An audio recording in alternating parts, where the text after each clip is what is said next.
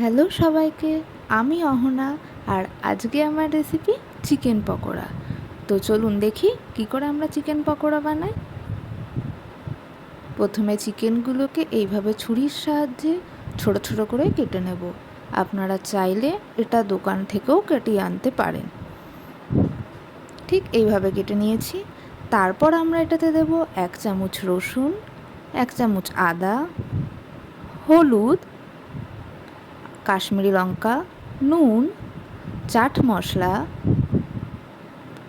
গরম মশলা আর জোয়ান। এটা আমরা ফ্লেভার ইনক্রিজ করতে দিচ্ছি। দেব টক দই, কসুরি মেথি। তারপর ভালো করে আমরা এটাকে মিক্স করে আধ ঘন্টার জন্য ছেড়ে দেব। আধ ঘন্টা পর এসে একটা ডিম দেব এটাতে, 1 চামচ কর্নফ্লাওয়ার, 1 চামচ বেসন। আবার আমরা এটাকে ভালো করে মেখে নেব। যেহেতু আমাদের মাংস কম, তাই জিনিসগুলোর পরিমাণ কম, আপনাদের পরিমাণ মতো দেবেন। দেব লেবুর রস দিয়ে আবার এটাকে ভালো করে মিক্স করে নেব। তো চলুন এবার এটাকে ফ্রাই করি। দেব আমরা সাদা তেল, আপনাদের পরিমাণ অনুযায়ী তেল দেবেন।